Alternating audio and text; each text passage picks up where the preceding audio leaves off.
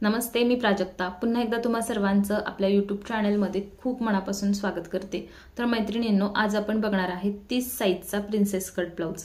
या ब्लाउजचं कटिंग मी तुम्हाला खूप सोप्या पद्धतीमध्ये दाखवणार आहे, शिवाय सावकाश दाखवणार आहे। खूप जणांच्या कंप्लेंट आहेत की व्हिडिओ खूप फास्ट होतो आणि समजत नाही। तुमच्यासाठी मी व्हिडिओचं स्पीड खूप कमी ठेवलेलं आहे। ब्लाउजचे एक पार्ट दाखवलेले आहेत, पण तुम्हाला समजेल या पद्धतीने सांगितलेलं आहे। व्हिडिओचा शेवटपर्यंत बघा। आणि तुम्हाला पेपर कटिंगच्या जर ऑर्डर द्यायच्या असतील तर मी वरती व्हॉट्सअप नंबर दिलेला आहे, त्या व्हॉट्सअपवरती तुम्हाला मला कॉन्टॅक्ट करायचा आहे आणि हवं ते पेपर कटिंग ऑर्डर करायचं आहे। तुम्हाला अधिक माहिती पाहिजे असेल तर तुम्हाला मला व्हॉट्सअपच करावं लागेल, तिथे तुम्हाला सगळी डिटेलमध्ये माहिती मिळून जाईल। आजचा व्हिडिओ शेवटपर्यंत बघा। आपण सिंपल गोल गळ्यामध्ये प्रिन्सेस कट ब्लाउज बनवलेला आहे, शिवाय त्याला पफ स्लीव्ज आहे जे आता ट्रेंडिंग मध्ये आहे। अगदी सोप्या पद्धतीमध्ये त्याचं कटिंग दाखवलेलं आहे। व्हिडिओ शेवटपर्यंत बघा। काही अडचणी असतील तर मला कमेंटमध्ये विचारा आणि त्याचबरोबर आपल्या चॅनलला सबस्क्राइब सुद्धा करा। चला तर मग आपण व्हिडिओला सुरुवात करूयात। बघा, आज आपण प्रिन्सेस कट ब्लाउज बघतोय। लॉंग स्लीव्ज आहे आणि याची साईज आहे 30 साईजचा प्रिन्सेस कट ब्लाउज अगदी सोप्या पद्धतीमध्ये दाखवते। ब्लाउज पीस साडीतला कट केलेला आहे, 1 मीटर याच्यासाठी अस्तर घेतलेला आहे। डायरेक्ट अस्तरवरती कटिंग करतोय। याच पद्धतीने तुम्ही पेपर कटिंगही करू शकता। अस्तर आपल्याला अशा पद्धतीने 4 फोल्ड करून घ्यायचं आहे। अस्तर मी 4 फोल्ड केलेला आहे। तर बघा, इथे मी त्याला कट करून घेते। अगदी सोप्या पद्धतीमध्ये मी याचं कटिंग शिलाई दोन्ही दाखवणार आहे। व्हिडिओ शेवटपर्यंत बघा। व्यवस्थित अस्तरला घडी घालून घ्यायचा आहे 4 फोल्ड करून। तर बघा, इथे मी अस्तर फोल्ड घेतलेला आहे 11 इंचाचं आणि त्यानंतर इथे उंचीचं माप टाकत आहे 14.5 इंच, कारण मला ब्लाउज तयार करायचा आहे 13.5 इंचाचा। 1 इंच मार्जिनसाठी ठेवून आपल्याला ब्लाउजची उंचीचं माप टाकायचं आहे। मी लाईन मार्क केली। आता इथे बघा, डीप नेक नुसार मी शोल्डर ठेवतीये 5 इंच, मुंडा उंची ठेवत आहे 5.5 इंच। इथे आपल्याला 5.5 वरती मार्क करून वरती ही लाईन जॉईंट करून घ्यायची आहे। त्यानंतर बघा, आपल्याला ही लाईन अगोदर सरळ मार्क करून घ्यायची आणि याच्यावरती आपल्याला छातीचा चौथा भाग प्लस अर्धा इंचाचं लूजिंग घ्यायचं आहे। तर बघा, 30 छातीचा चौथा भाग होतो 7.5 इंच, पण अर्धा इंच लूजिंग ठेवून मार्किंग करायचं आहे 8 वरती। त्याच्यापुढे 1.5 इंच आपलं स्टिचिंग मार्जिन असेल, 1.5 इंच फ्रंटसाठी एक्स्ट्रा मार्जिन असेल। अशा पद्धतीने आपल्याला छातीचं माप टाकायचं आहे। कमरेचा चौथा भाग जो काही असेल त्याचा चौथा भाग घ्यायचा आहे, तर 6.5 इंच चौथा भाग आहे। त्याच्यानंतर आपल्याला 1 इंच टक्स रुंदी ठेवायची आहे, 2 इंच 1.5 इंच स्टिचिंग मार्जिन ठेवायचं आहे। अशा पद्धतीने ते मी हे माप टाकून घेते। बघा, 6.5 इंचाचा चौथा भाग, 1 इंच टक्स रुंदी, 1.5 इंच शिलाई मार्जिन आणि त्याच्या पुढे आणखीन आपल्याला 2 इंच मार्क करायचं आहे, ते म्हणजे फ्रंट पार्टच्या टक्ससाठी। तर हे मी मार्क करून घेतलेलं आहे। तर बघा, या दोनही लाईन सरळ आलेल्या आहेत। आता इथे आपल्याला काय करायचं आहे, मुंड्याचा आकार द्यायचा आहे कोपऱ्यातून 1.5 इंचावरती। पुढच्या मुंड्याचा आकार मी कटोरीचा पार्ट जॉईंट केल्यानंतर कट करते प्रिन्सेस कट ब्लाउजमध्ये। तर बघा, इथे मी फक्त मुंडा आकार कट करून घेतलेला आहे बॅक साईडचा। आता उंचीचं जे माप आहे ते देखील आपण कट करू। त्या अगोदर याच्या खाली आणखीन एक अर्धा इंचाचं अंतर सोडून मी लाईन मार्क करते। फ्रंट पार्टसाठी हे केलेलं आहे बघा, बॅकमधून ते कट करून काढायचं। पुढे सांगते तुम्हाला। अगोदर शोल्डर फोल्ड आहे, ते शोल्डर फोल्ड आहे ते कट करून आपल्याला दोन्ही अस्तरचे पार्ट सेपरेट करायचे आहेत। त्यातला जो वरचा होता तो घ्यायचा आणि त्यातून आपल्याला बघा, जे उंची वाढवलेली होती ना, तो भाग कट करून काढायचा आहे।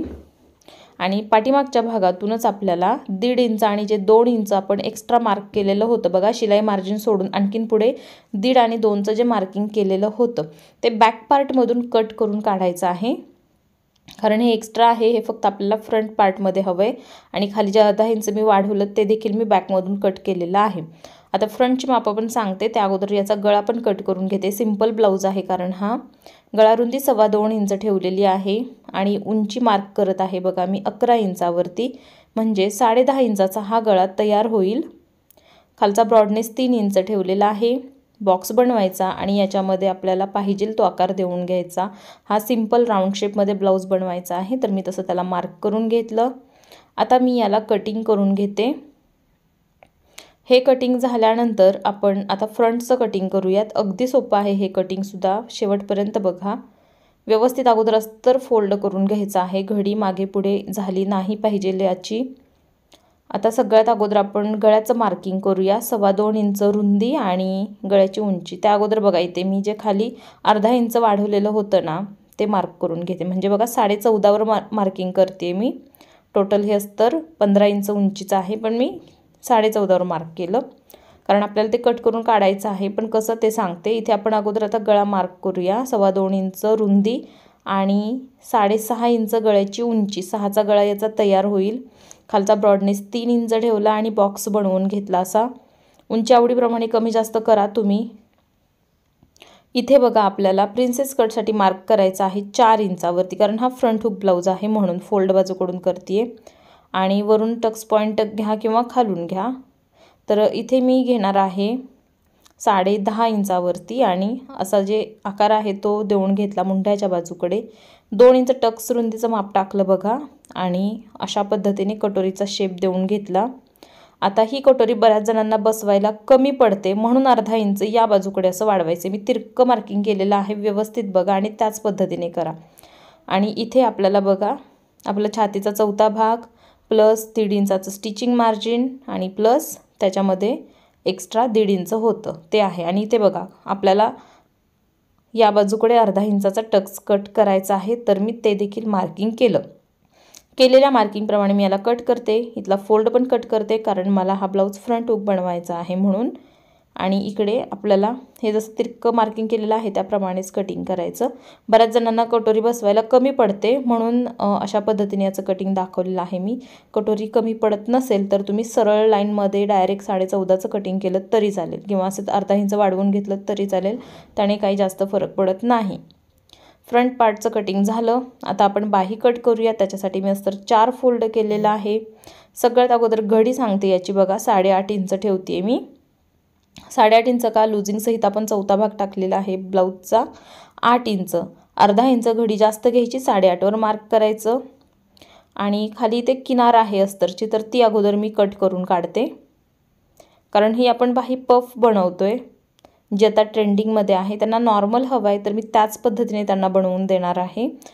तर सगळ्यात अगोदर नॉर्मल बाहीचं मार्किंग करायचं, 10.5 इंचावरती बाही तयार करायची आहे, तर मार्किंग करायचं 11.5 इंचावरती। नॉर्मल बाहीचं अगोदर मार्किंग करून घ्यायचं आहे आपल्याला।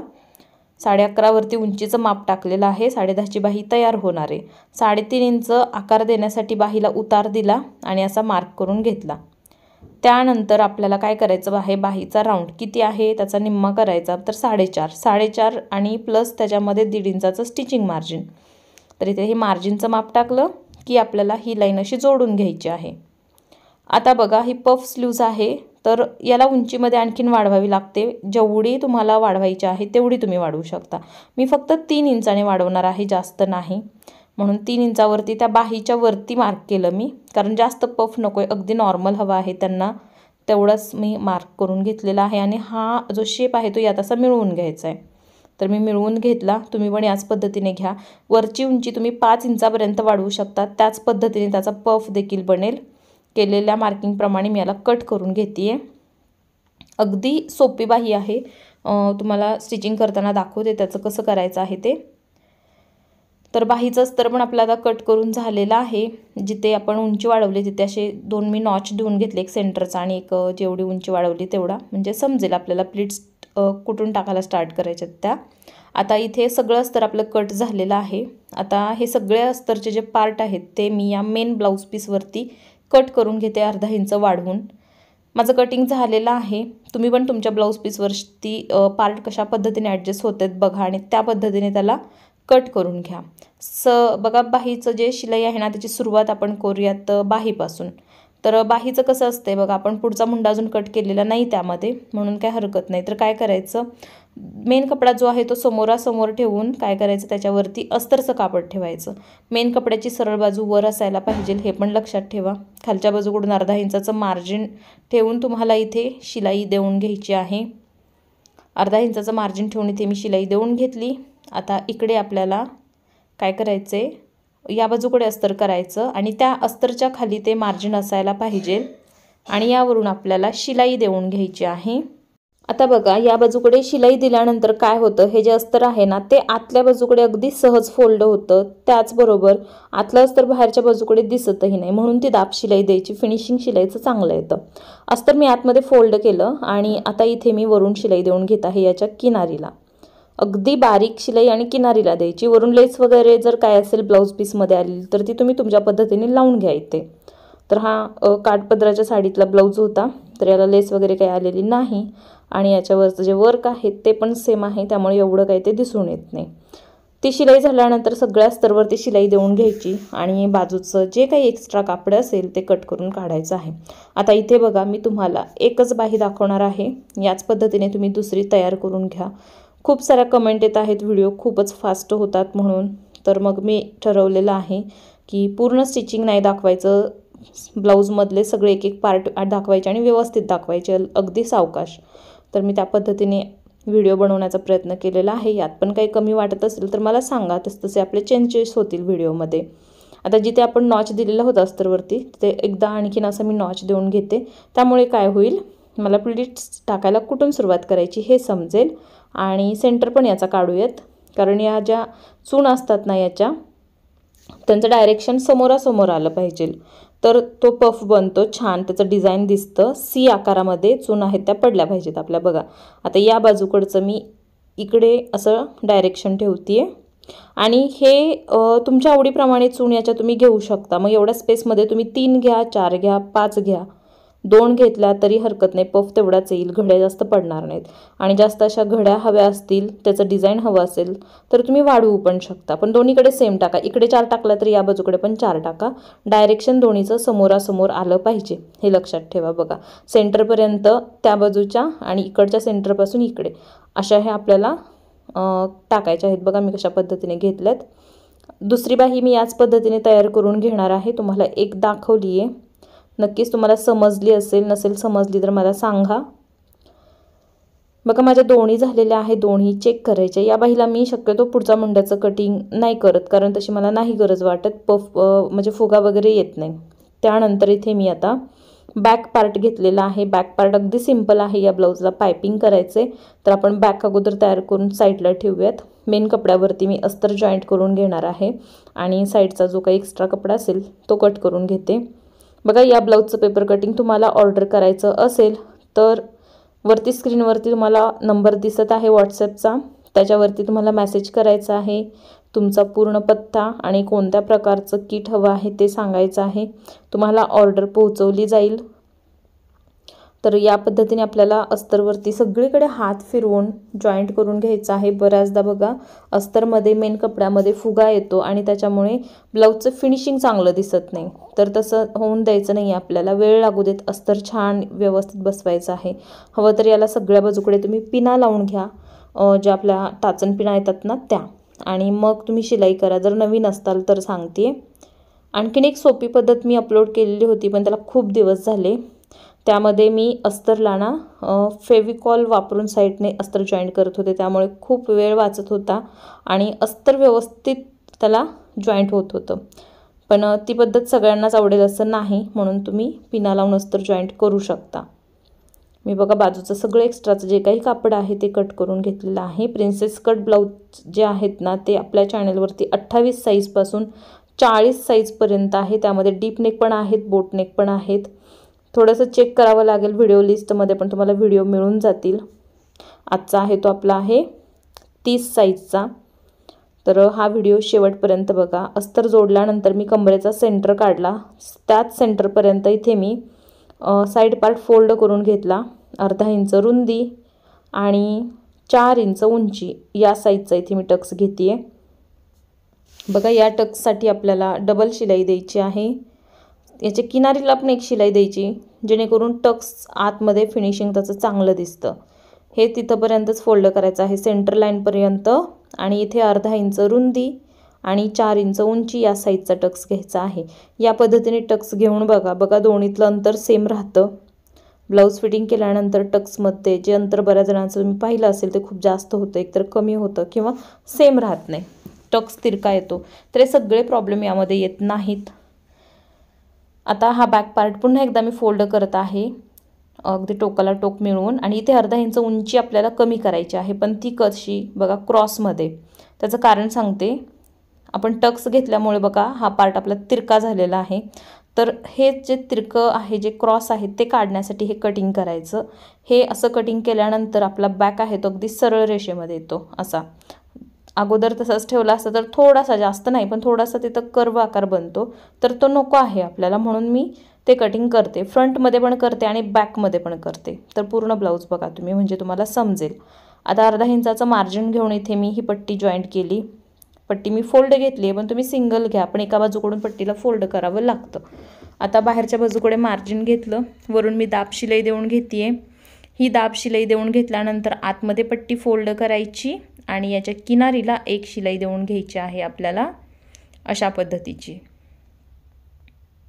आजचा ब्लाऊज मी तुम्हाला खूप सोप्या पद्धतीमध्ये, डिटेलमध्ये आणि सावकाश सांगितलेला आहे. आजचा व्हिडिओ कसा झाला मला सांगायला विसरायचं नाही. बघा आपला हा बॅक तयार झाला. आता याच्या आपण फ्रंट तयार करूयात. फ्रंटचं कसं असते, 2 पार्ट असतात. तर हे दोन्ही पार्ट आपल्याला अगोदर समोरासमोर ठेवायचे असतात मेन कपड्यावरती, आणि मग शिलाई देऊन घ्यायची. बऱ्याचदा ते काय होतं, एक बनवायला घेतलं की लक्षात येत नाही आणि एकाच बाजूकडचं बनलं जातं, आणि त्यामुळे आपल्याला खूप प्रॉब्लेम येतो. परत तो पार्ट काढायचा, लावायचा, वेळही जातो. तर ह्या सगळ्याच अडचणी अशा पद्धतीने जर स्टिचिंग केलं तर येत नाहीत, ब्लाऊज परफेक्ट बनतो. या अस्तरवरती बघा मी सगळीकडे शिलाई देऊन घेते आहे, आणि त्यानंतर जे काही बाजूचं एक्स्ट्राचं कापड असेल ते मी कट करून काढणार आहे. खूप गडबडीमध्ये हा ब्लाऊज मी स्टिच करून दिलेला होता. दिवाळीच्या सीझनमध्ये अर्जंट आलेला होता, तरी देखील याला खूप छान फिनिशिंगमध्ये बनवलं. फक्त बॅकला डिझाईन वगैरे केली नाही, कारण तितकासा वेळ नव्हता, म्हणून सिम्पलमध्ये बनवलं आणि स्लीव्ज पफमध्ये बनवली. तर बघा तुम्ही देखील अशा पद्धतीने नक्की ब्लाऊज बनवू शकाल. आपले हे दोन्ही पार्ट झालेले आहेत अस्तर जॉईंट करून. आता एक कटोरीचा दाखवते, दुसरा याच पद्धतीने तुम्ही लावून घ्या. 2 पार्ट बघा आहेत कटोरीचे, हे पण समोरासमोर ठेवले आणि मेन कपड्याच्या उलट्या बाजूकडे अस्तर ठेवलं. आपण याला सगळीकडे शिलाई देऊन घेऊयात आणि मग आपण बाजूचं जे काही एक्स्ट्राचं कापड आहे ते कट करूयात. आपल्या चॅनलवरती मी भरपूर व्हिडिओ अपलोड केलेले आहेत. खूप साऱ्या डिझाईनमध्ये ब्लाऊज आहेत. बोटनेक तर खूप सुंदर सुंदर आहेत, आणि त्याचबरोबर सगळे ब्लाऊज आहेत ते कस्टमरचे आहेत. त्यामुळे ते तुम्हाला अगदी 36 साईज असेल ना तरी मापं तुम्हाला वेगवेगळी दिसतील. जसं की एक मुंडा घेर असू देत, गळा रुंदी असू देत, उंची असू देत. तर सगळे व्हिडिओ बघा, प्रत्येक व्हिडिओमध्ये तुम्हाला काही ना काही नवीन शिकायला भेटतं. तर बघा जे काही बाजूचं कापड आहे ते मी कट करून घेते आहे. यानंतरचा कोणता व्हिडिओ बघायला आवडेल कमेंटमध्ये सांगा. जसजसं कस्टमरचं काम येते तसतसे व्हिडिओ तुमच्यासोबत मी अपलोड करत असते. आता मी इथे कटोरी जॉईंट करते. कटोरी जॉईंट करताना सुद्धा आपल्याला बघायचं आहे कोणती कटोरी कुठल्या बाजूची आहे आणि त्या बाजूकडेच ती जॉईंट करायची. अर्धा इंचाचं मार्जिन घेऊन आपल्याला कटोरीसाठी डबल शिलाई करायची आहे. तर इथे मी ती करून घेते. डबल शिलाई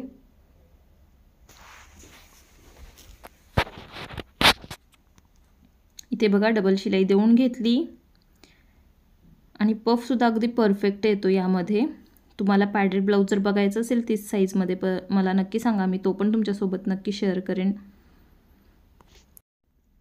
आता इथे बघा मी या बाजूची कटोरी जोडते. तर कटोरी प्रिन्स कट जोडताना आपल्याला कमरेच्या बाजूकडून जोडायचे आहे, मुंड्याच्या बाजूकडे. कुठलाही पार्ट जास्त ओढाताण करायचा नाही, हलक्या हाताने बसवायचा, कटोरी परफेक्ट बसते. त्याचबरोबर कटिंगमध्ये बघा कटोरीची जी जोडायची बाजू आहे ती आपण अर्धा इंच उंचीने वाढवून घेतलेली आहे. त्यामुळे कटोरी अगदी परफेक्ट बसायलाच पाहिजे. तुमची कमी पडत असेल तरच तसं कटिंग करा, नसेल कमी पडत तर नॉर्मल सरळमध्ये तुम्ही कटिंग केलं तरी चालेल, जे मी रेग्युलर कटिंग करत असते बघा.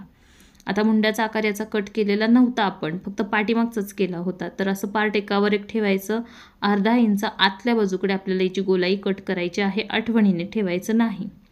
त्याचनंतर आपल्याला लगेचच या बाजूकडच्या अर्धा इंच उंचीसुद्धा क्रॉसमध्ये कटिंग करून काढायची आहे.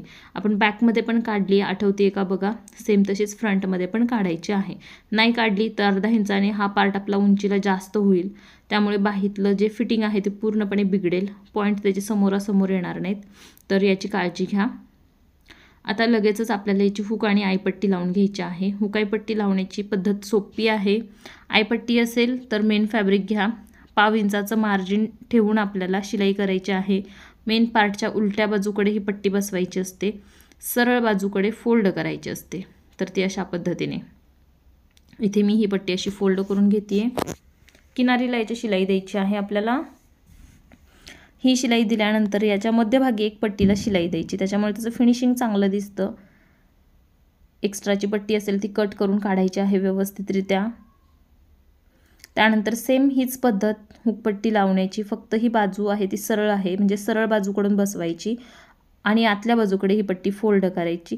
आता इथे पट्टीची साईज माझ्याकडे मोठी आहे, मी याला कट नाही केलं, पण तुम्ही एवढी मोठी ठेवू नका, थोडी छोटीच ठेवा. बघा फक्त 1/2 इंचाचं मार्जिन ठेवून मी ही पट्टीला शिलाई देऊन घेतली. आता आतमध्ये हिला फोल्ड करते. पट्टी मोठी आहे म्हणून मी अस्तरची जी पट्टी आहे ना ती 2दा फोल्ड केली. वरून अर्धा इंचच त्याचं जे अंतर आहे ना तेवढं ठेवून आपल्याला ही शिलाई द्यायची आहे.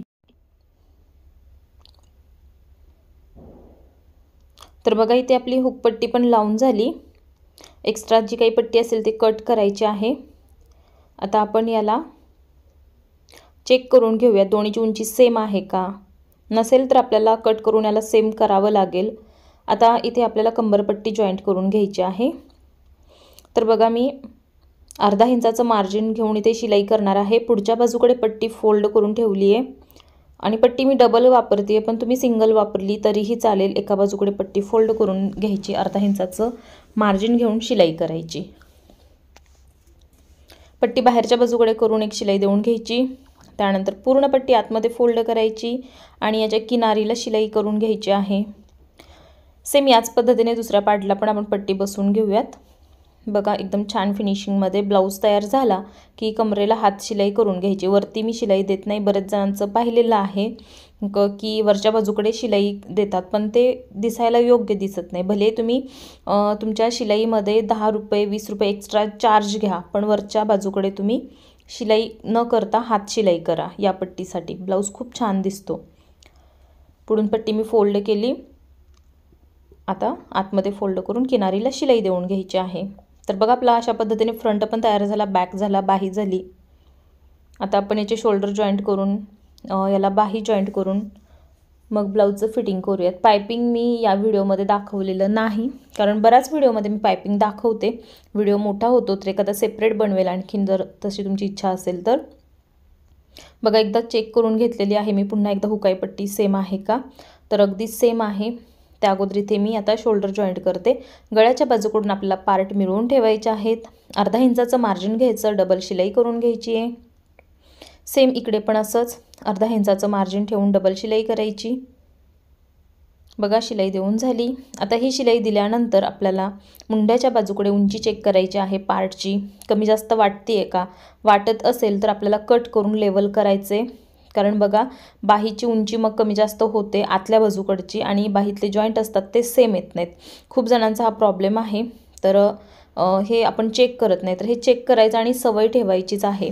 जेवढं कमी जास्त वाटते ते कट करून लेवल करायचं आणि मग बाही बसवायची. बाही बसवण्यासाठी मी अर्धा इंचाचं मार्जिन घेऊन सेंटरपासून शिलाई केलेली आहे. बघा पुन्हा मी ब्लाऊज पलटी केला आणि दुसऱ्या बाजूकडची शिलाई करून घेत आहे. बाहीला अर्धा इंचाचं मार्जिन ठेवून डबल शिलाई करायची आहे आणि याच्यावरती अशा पद्धतीने बाही अजिबात खेचून वगैरे बसवायची नाही. अर्धा इंच जास्त होते बाही, कमी पडत नाही पण जास्त होते एका बाजूकडे, पण काय हरकत नाही. अशा पद्धतीने याला कट करून काढायचं. बाही कमी पडली तर ब्लाऊजमध्ये खूप प्रॉब्लेम येतात. थोडंसं मुंडाच्या आकाराप्रमाणे अंतर कमी जास्त होऊ शकतं, नाही असं नाही, पण कमी पडत नाही. आणि जेवढी जास्त झाली ती क्रॉसमध्ये कट करायची. बरेच जण बाही जास्त झाली म्हणून बाही आटवण्याचा प्रयत्न करतात, ओढून ताणून बसवतात, तसं काहीही करू नका. आणि मी बॅकचा काय केलेला आहे, सेंटर काढलेला आहे फोल्ड करून, कारण ब्लाऊज अगोदर आपल्याला सरळ बाजूकडून जोडून घ्यायचं आहे आणि मग उलटा करायचा आणि मग फिटिंग करायचं. जिथं सेंटर काढला ना त्या सेंटरपर्यंत हुकपट्टी ठेवायची आणि इकडे कमरेच्या बाजूकडे बघायचं किती कमी जास्त वाटते. जेवढं जास्त आहे तेवढं क्रॉसमध्ये कटिंग करून काढायचं. छातीचे जे पॉईंट आहेत ते मात्र आपल्याला मिळवूनच ठेवायचे आहे, तिथे कटिंग करायचं नाही. ब्लाऊज मी जोडून घेतलेला आहे. बघा आपल्याकडे ओव्हरलॉक मशीन नसते सगळ्याकडेच, तर ब्लाऊजचं फिटिंग शक्यतो अशा पद्धतीनेच करून द्यायचं. ब्लाऊज आतून छान दिसतो. शिवाय एखाद्या ब्लाऊज पीसचे दोरे खूप निघत असतात तर तो प्रॉब्लेम येत नाही. आता ह्या सेंटरच्या पुढे आईपट्टी ठेवते आहे मी. पुढे ठेवायची आहे कारण ती एक्स्ट्रा आहे. आईपट्टी आपली एक्स्ट्रा असते, कुठल्याही मापामध्ये आपण ती मोजत नाही. तर हे पण लक्षात ठेवा. आणि अशा पद्धतीनेच ठेवून तुम्ही ब्लाऊज जोडून घ्या. बघा तुम्ही ब्लाऊज कुणाचे पाहिले असतील तर थोडंसं हे करा, त्यांचं कमरेचं फिटिंग आणि पुढच्या भागाचं जे फिटिंग आहे ना, मागचं आणि पुढचं, ते सेम नसतं. भरपूर गॅप असतो. असा ब्लाऊज सरळ जरी ठेवला ना अंथरून तरी मध्यभागी गॅप राहतो. हुक आणि आईपट्टी एकावर एक त्यांची नसते. तर त्याचं हेच कारण आहे. चेक करून ब्लाऊज फिटिंग करत नाहीत, जसं आहे तसं जोडतात आणि मापं टाकतात. तर तिथं ब्लाऊज फसतो आपला, ते लक्षात येत नाही आपल्या. तर या पद्धतीने आपल्याला ते करायचं आहे फिटिंग. ब्लाऊज खाली जरी ठेवला ना तरी तो व्यवस्थित दिसायला पाहिजे. अशा पद्धतीने आपल्याला स्टिचिंग करायचं आहे. ब्लाऊज उलटा करून मी काय करते, दोन्ही बाजूकडे अगोदर एक एक शिलाई देऊन घेते आणि मग फिटिंग करूयात. तर बघा कमरेचा चौथा भाग लूजिंग ठेवायचं नाही कमरेमध्ये, व्यवस्थित चौथा भाग टाकून मार्क करायचा. 6.5वर मार्क केला मी. छातीचा चौथा भाग होता 7.5, पण आता हा ब्लाऊज मी लूजिंग सहित फिटिंग करते कारण हा पहिल्यांदा आलेला कस्टमरचा ब्लाऊज आहे. लागलं तर आतून एखादी शिलाई करून देईल. 4.5 इंच बाहीचा भाग होता आपला, तर तो देखील इथे मार्क करून घेतला आणि तीनही पॉईंट मिळून आपल्याला शिलाई करून घ्यायची आहे.